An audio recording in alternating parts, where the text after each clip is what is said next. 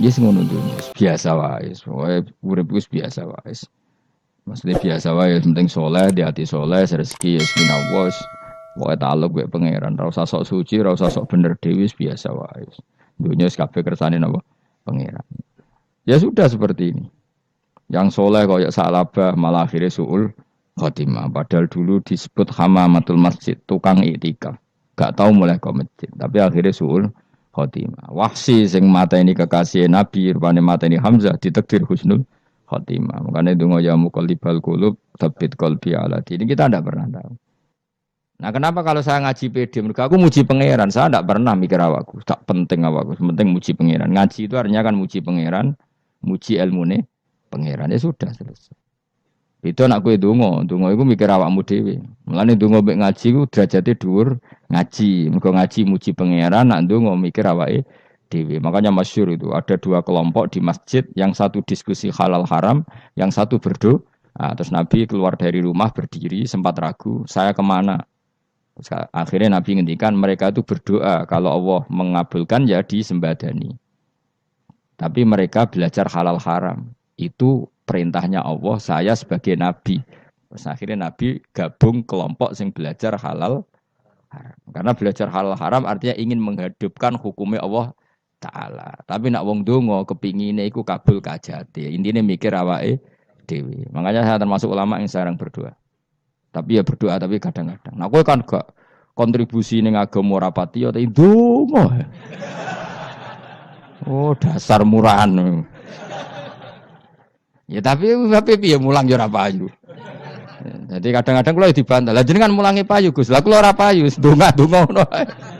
Ya tapi aku ngerti pangeran ra bakal nyembadani barno ra wis. Pangeran yo paling wis dikai sithik ngono cukup. Kula termasuk orang yang enggak setuju ya kalau orang sholawatan terus berlebihan tapi khidmah ini Nabi kurang. Maksudnya gini loh, sholawatan berlebihan ya. Redaksi sholawat tentang Nabi itu kecil. Bukan sholawat jumlahnya enggak. Redaksi tentang Nabi itu kecil. Sementara tentang keinginannya itu saya tidak suka. Saya suka sholawatan itu ya yang nyifati Nabi banyak. Kemudian keinginannya kecil. Itu bagus. Kayak Ikhya itu. Kayak Ikhya Abdul Hasan Asadili itu. Kalau dongo itu jaluk swidik. Paling baris paling terakhir. Misalnya gini. Nahmaduka ya man huwa la ilaha illa anta ar-rahmanur rahim itu langsung in sampai nyifati Allah itu 99. Buar ngono nganti berkuras-kuras. Lagi terakhir mau njaluk donga sithik. Nah kowe kan enggak muni muji Allah mau basa-basi tok. Alhamdulillah rabbil alamin wassalatu wassalamu ala Muhammadin. Mau nggo syarat tok. Baru ke Allahumma inna nas'aluka nganti telung lari. Telung halaman. Tapi pas muji pangeran alhamdulillah rabbil alamin wassalatu wassalamu ala Muhammadin. Bariku terus dongo njaluk mapan, tolak buala. Oh, aja. Mana jare pangeran? Muji kekasihku suwi di dongane kecangkeman. Lah saya tuh gak suka jenis itu. Harusnya sholawatnya itu yang panjang. Maksudnya nyifati Nabi yang panjang. Baru mintanya sedikit. Itu bagus. Lebih akhlak. Makanya saya di antara sholawat yang senang itu sholawatnya Habib Ali Al-Habsyi yang arang Simtudur. Kalau beliau baca sholawat itu sholatan yattasilu biha ruhul musolli alaihi bi fayam basitu fi qalbi sirru nuri ta'alluqi bi wa hubbi wa yuktabu biha bi inayatillahi ta'ala fi hisbi. Jadi dia baca sholawat itu, ya Allah berikan sholawat kepada kekasihmu Muhammad. Dengan sholawat ini rohnya saya, musolli itu rohnya saya yang membaca sholawat bisa sambung dengan rohnya Rasulullah. Dan setelah sambung saya terhitung sebagai orang yang mencintai Rasulullah. Dan saya berharap dari cinta itu saya tertulis sebagai umatnya. Nah, aku kan enggak mau sholawat itu mau. Saya termasuk orang yang enggak saya loh ya. Tapi ya tetap baik dibanding nganggo primbon ya satu sholawatan ya. Tapi boyo punya etika lah dengan Rasulullah itu. Boyo kalau dongo nyifati Nabi yang banyak, ya baru keinginan. Kan banyak tuh sholawat yang seperti yang saya misalnya di kitabnya Sayyid Muhammad ada Allahumma sholli ala sayyidina Muhammad nuri kalam alladzi wa nyifati Nabi itu sampai panjang lebar baru menceritakan hajatnya. Kalau kamu kan enggak nyifati Nabi basa-basi, mau sidik mana. Malah kadang orang sholli ala Muhammad. Kok ala Muhammad muni sayyidina aja disoal. Masalah terus Baru kudungannya apa? Panjang. Saya termasuk yang enggak setuju. Karena itu menurut saya kurang etika. Makanya Rasulullah itu kalau berdoa, kalau sudah nyifati Allah, coba tak beri satu contoh saja. Doanya Nabi. Alhamdulillah hamda yuwafi ni'amahu wa yukafi'u mazida ya Rabbana lakal hamdu kama yanbaghi li jalali wajhika 'azimi sultanik la nuhsi sana'an 'alaika anta kama asnaita 'ala nafsik. Itu sudah berapa itu nyifatinya? Itu belum doanya tuh. Nah, kamu kan enggak Allahumma alhamdulillah rabbil alamin Allahumma ya Allah ikdi hajati gremeng tok titik. Seramutu tenan. Jeneng gak bakat wali. Nah, cara kula iku sisen ngono. Kula yo sering ngamini dongane wong ngono, tapi ning atiku amin itu maksudnya amin barno mawon Gusti. Dadi aku amin tapi amin kuwi barno mawon Gusti. Wong ora jelas ngono berarti. Jadi aku muni amin tapi amin barno maksudnya. Ya Allah barno amin ngono maksudnya. Jadi karena tadi setahu saya doanya para nabi, para wali itu memang seperti itu. Ya coba itulah doa tadi aja yang saya sebut itu berapa kalimatnya. Apa? Alhamdulillah hamda yuwafi ni'amahu wa yukafi mazida ya Rabbana lakal hamdu kaya membaik di jalali wajhika azimi sultani la nuhsi sana'an 'alaika anta kama asnaita 'ala. Enggak terhitung pujian saya kepada engkau sebanyak engkau memuji pada diri engkau sendiri. Allahumma inni a'udzu biridhoka min sakhatika fi mu'afatika min uqubatika wa bika minkal. Allahumma sholli bi haqqi jabarutika wa bi khawfika kan panjang sekali doanya wali-wali itu, tapi semuanya mensifati Allah. Bahkan banyak yang kemudian lupa enggak doa. Coba haji, doa haji itu coba.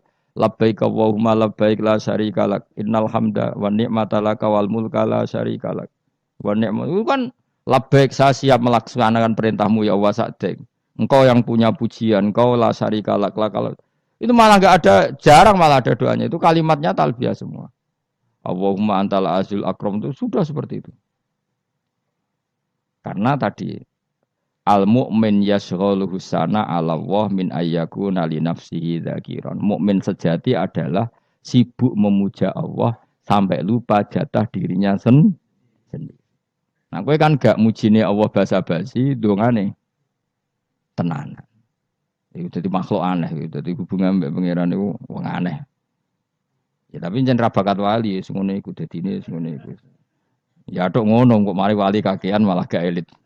Jadi tapi saya mohon lah itu di sholawat itu usahakan jumlah paling enggak jumlah sholawatnya banyak, doanya sedikit. Paling enggak misalnya kamu enggak punya kalimat yang apa baik ya maca sholawat ping 100 dungane salare. Biar guling-gilingan apa kita menyebut kekasihnya Allah lebih banyak ketimbang kita menyebut hajat kita sendiri ya gitulah paling enggak punya etika seperti itu ya. Kalau kamu enggak punya sigot-sigot sing keren, bacalah sholawat berapa?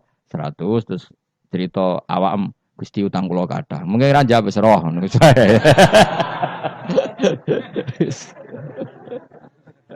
Tapi kan kita menyebut kekasihnya sampai 100 nyebut utang bisa. Ojo kok nyebut kekasih pisan nyebut utangi 100.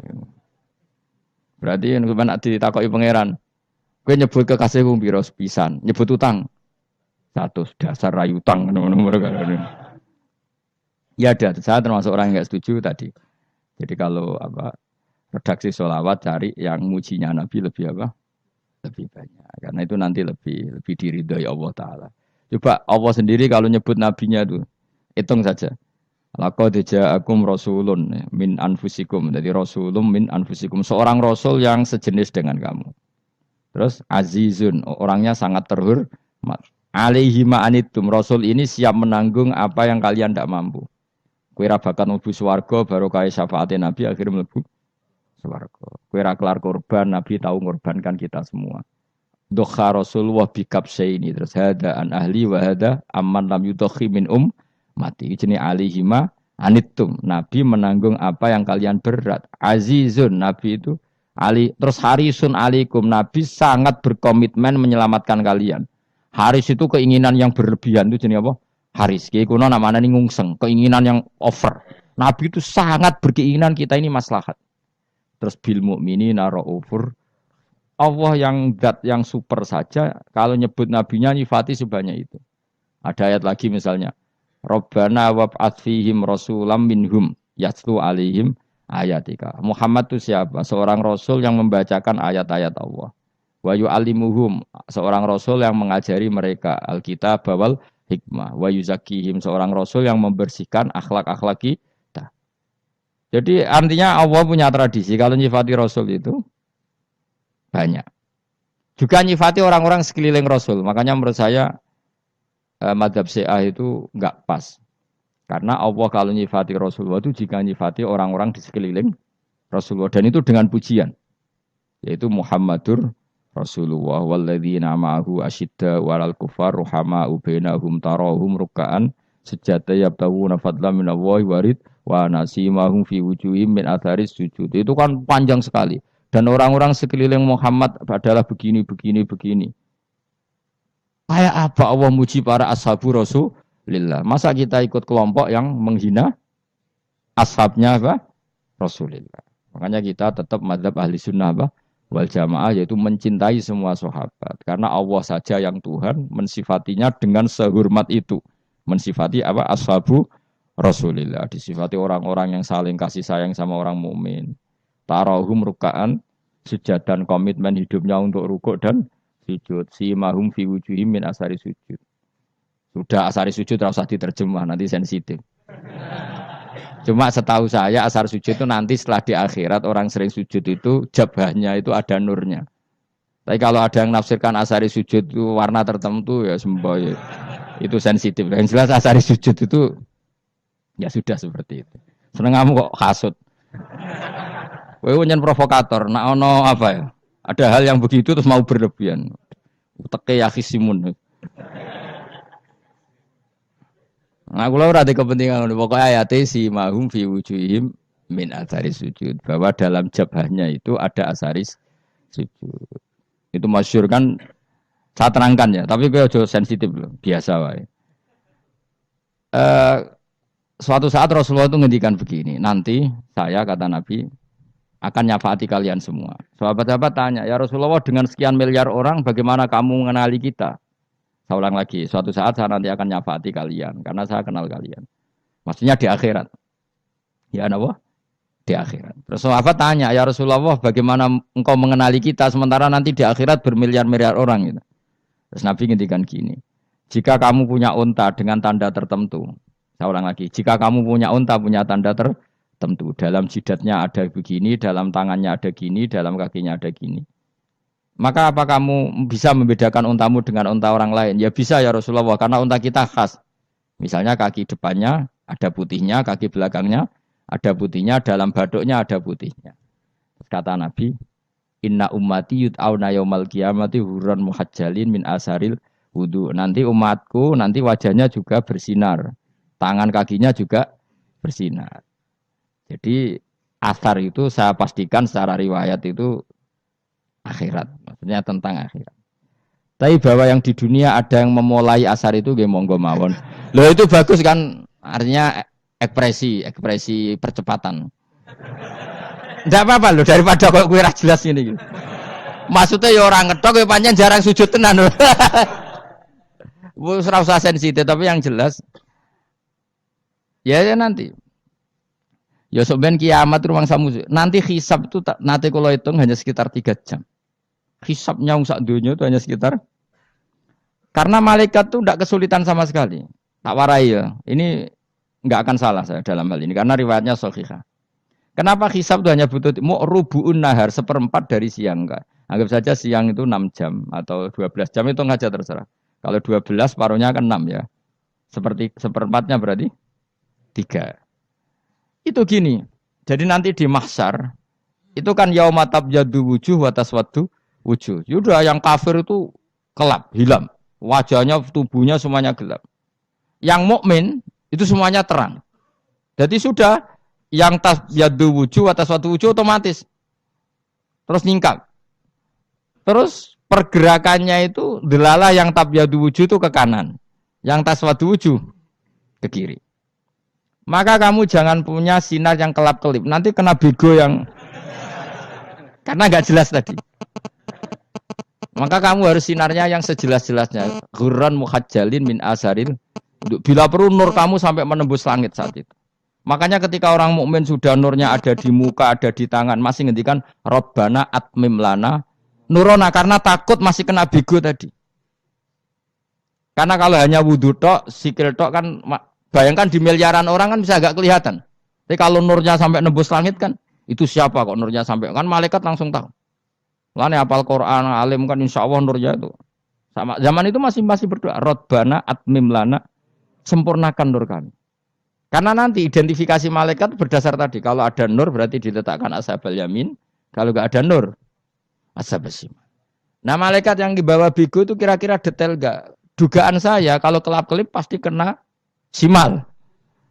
Wah ini partai kiri. Mesti kan. Pemenang yang wudhunya mau dulet sirah tok sidik.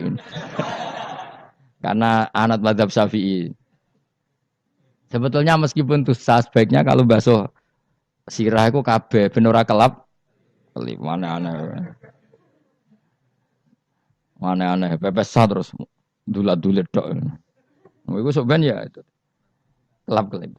Ya sudah ya. Setelah itu kata ngendikane pangeran yu'raful mujrimuna bisimahum fayukhadu bin nawasi wal aqdam. Orang-orang pendosa kelihatan maka diletakkan di kiri. Nah sama yang orang-orang baik simahum fi wujuhim min asari. Jadi ayat itu jelas tentang akhirat. Tapi kira usah terus provokasi. Seneng kamu kok ya khisimun. Maksudnya provokator. Jadi nanti yang mukmin jelas nurnya. Lah nur ini nanti dengan kadar iman kamu, perilaku kamu. Ada yang kelap-kelip, ada yang. Nah yang kelap-kelip ini yang kena bigo itu tadi. Nanti setelah kena bigo ikut ashabis simal, yang kelap-kelip disortir lagi malaikat yang bagian detail kan ada nanti. Lah ini terus ditubir neraka. Yang kafir benar-benar neraka, yang ini ditubir neraka. Nah, itu nanti ini yang ngel-ngelo Kanjeng Nabi digoleki ya ini itu. Mulane sakit Kanjeng Nabi, mulane ana kiai saleh darani nek iso saleh dhewe sakit Nabi mergo terus goleki endi umatku sing kelep-kelip. Terus dicari disyafaati. Ya, imma langsung dituruti Allah wa imma diumbasik ning neraka. Ya terserah rencanamu piye kon aku. Tapi yang jelas apa? Kiamat itu cepat sekali karena tadi ada identifikasi tadi. Makanya hanya cukup 3 jam karena tadi yang jelek kelihatan jelek, yang baik kelihatan baik. Makanya cepat. Ya oraful mujrimuna bisimahum orang pendosa dikenali lewat alamatnya yaitu taswadu apa? Wujuh. Kalau orang baik dikenali lewat tabyadu wujuh. Nah, terus setelah nyingkir, ini ngono tak warai kiamat. Setelah nyingkir itu faduri babe nahum bisuril lahu bab. Setelah tersingkir tadi terus lalu ada pintu penghalang. Pintu pemisah. Nah, pintu pemisah tadi yang sisi kanan langsung jadi surga, yang sisi kiri jadi neraka. Itu disebut faduri babainahum bisuril lahu bab batinu fi rahmatu wa dhahiruhu min qibalihil adzab. Yang pintu arah kanan otomatis wilayah surga, yang pintu kiri otomatis wilayah neraka. Nah, problemnya ketika penutupan pintu itu dah yang kelap-kelip itu katut kemana ini yang makanya kamu jangan malok partai yang apa? Kelap-kelip yang enggak jelas itu koalisi kemana? Kalau partai besar kan iso nyalon presiden, partai kecil ini kan ikut mana ini kan? Sing sak ngisore 1%, 2% ini kan repot.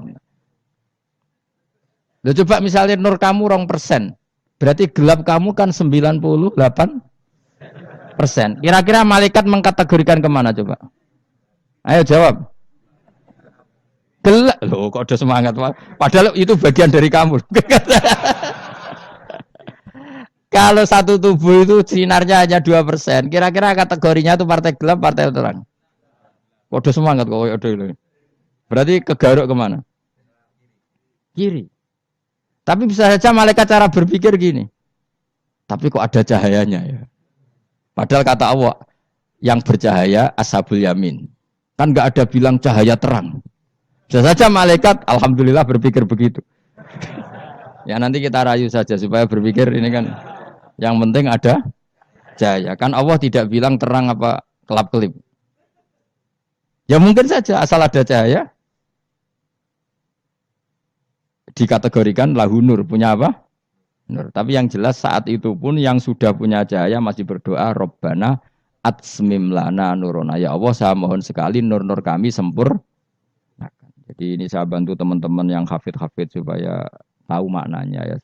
dan yang nggak hafid ya dengar ya. Kalau nur itu penting. Makanya Nabi itu kayak apa, Nabi itu orang super. Itu kalau ngendikan wa maj'al min fawqi nuran wa min tahti nuran wa an yamini nuran wa an simali nuran, sampai terakhir Nabi masih mendoa untuk dirinya waj'al li nuran, dan semua tubuh saya jadi nur. Saya Nabi sudah gitu kan. Ya Allah, jadikan sisi depanku nur, belakang kami nur, kanan nur, kiri nur. Terakhir itu apa? Waj'alni nuron, dan doa semoga semua tubuh saya jadi nur. Itu termasuk doa yang sering saya baca.